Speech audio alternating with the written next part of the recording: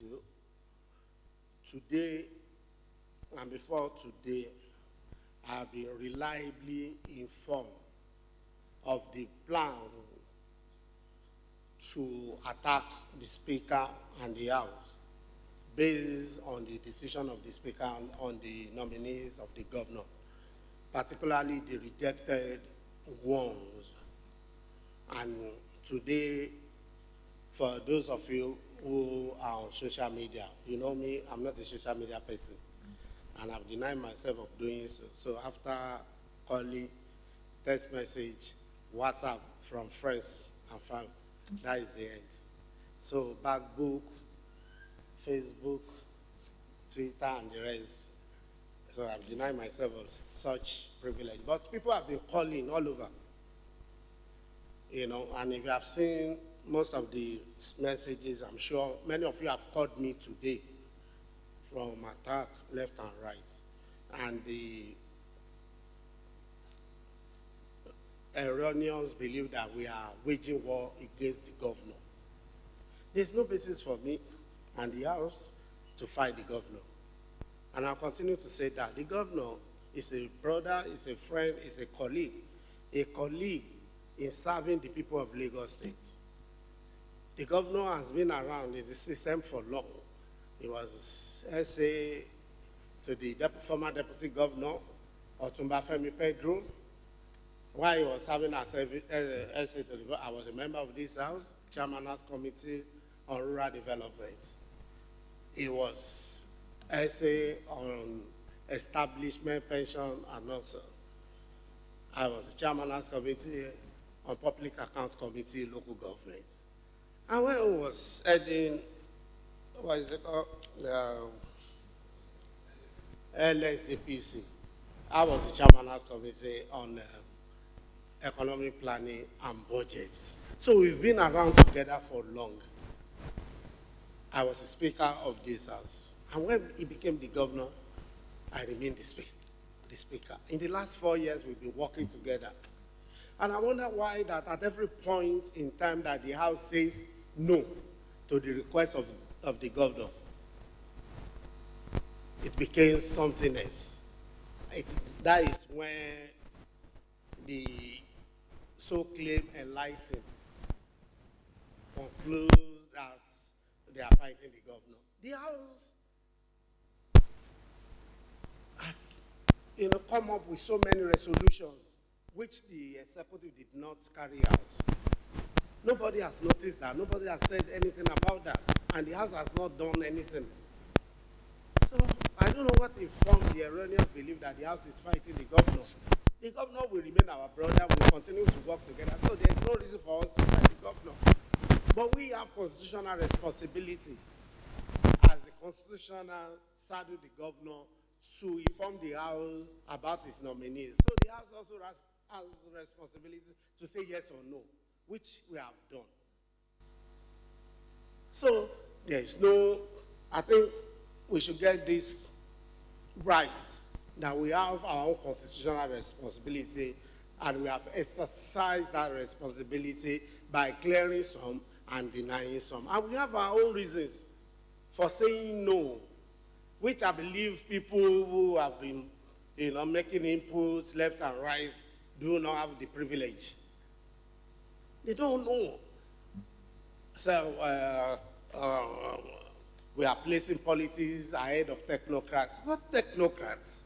What do you mean about technocrats? Who is not technocrat in these hollow chambers? Before them, we have many people.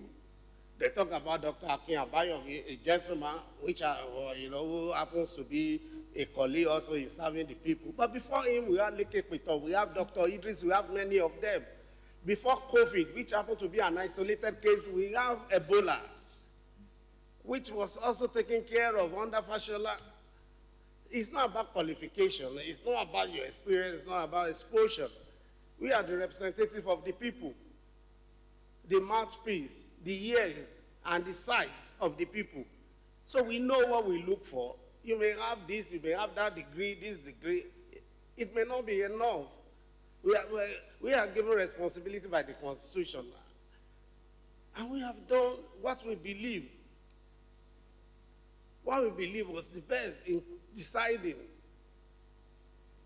We talk about Aramide, the commissioner for what? Before him, we did Ikoyi, Victoria Island Link Bridge under Fashola, when the current deputy governor, Amsa, was the commissioner for works.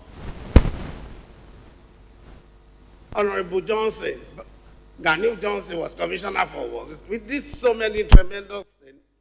When Ashwaju was the governor, we have done so many things. So I think we should not make allusion to something we do not understand.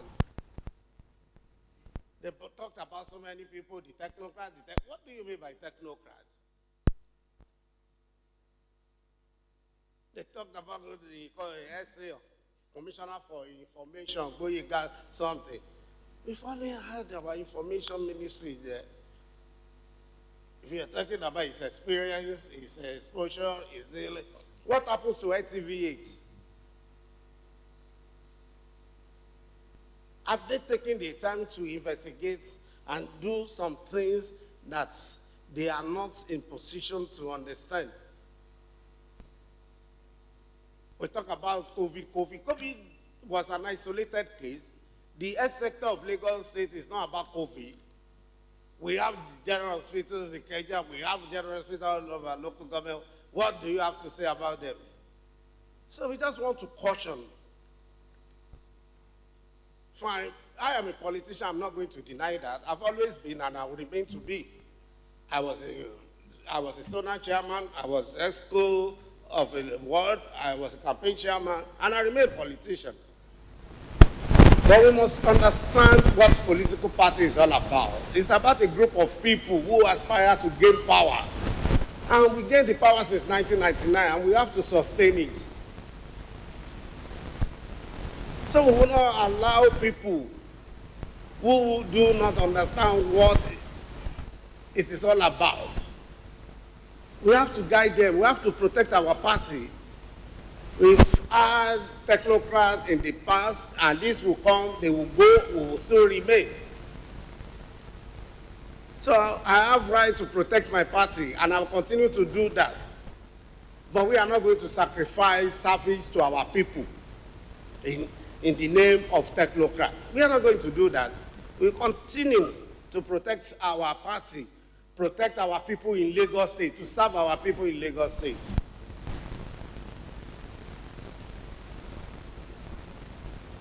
So if anybody is interested to know why we have taken such decision, they should approach the House. And the House as a body restrain itself from exposing what we discovered during the screening exercise. So we are not going to be forced to spill, but we need to caution. It doesn't need to caution I know I've said sword, but now say pen, that they should be cautioned in using their pen for the people that have paid them to write whatever they like. We are not going to be threatened. And the civil society organizations that are threatening to protest, you can protest, it's your constitutional rights. But don't think you are going to intimidate me or the House. We are not going to be intimidated. We have said no, and we have said no. If there's any reason for us to reverse our decision, if there is, and it is germane and convincing, maybe we may, but not by threats. It's not going to be by threats. We are politicians. If not for us, the technocrats won't be appointed. It's because we are successful as politicians. That is why the technocrats are being appointed. And to our own estimation, if they have not done well, we have rights to say no. And we have said no. So we are not going to be threatened. And it is good to advise the man living in glass house not to throw stone. It is good for us to advise the man living in glass house not to throw stone. If not, the glass may soon be shattered. So that is my position to what has been going on, to the protests being planned, to the write-up, to the TV series, all that I've had. When they were planning, we have our friends. We also have our friends. So we are about the party, and we are about Lagos. And we continue to serve our people because we are representing their interests. We have been doing that before now, and we continue to do that. The people come first before any other person. It does not matter your degree. It does not matter your We are talking about Julius Berger. Somebody serving Julius Berger. Somebody is international. Who is not international among us? We have people who came from abroad to contest for Lagos membership of Lagos State House of Assembly. They are still here with us. So as my people will say, we don't want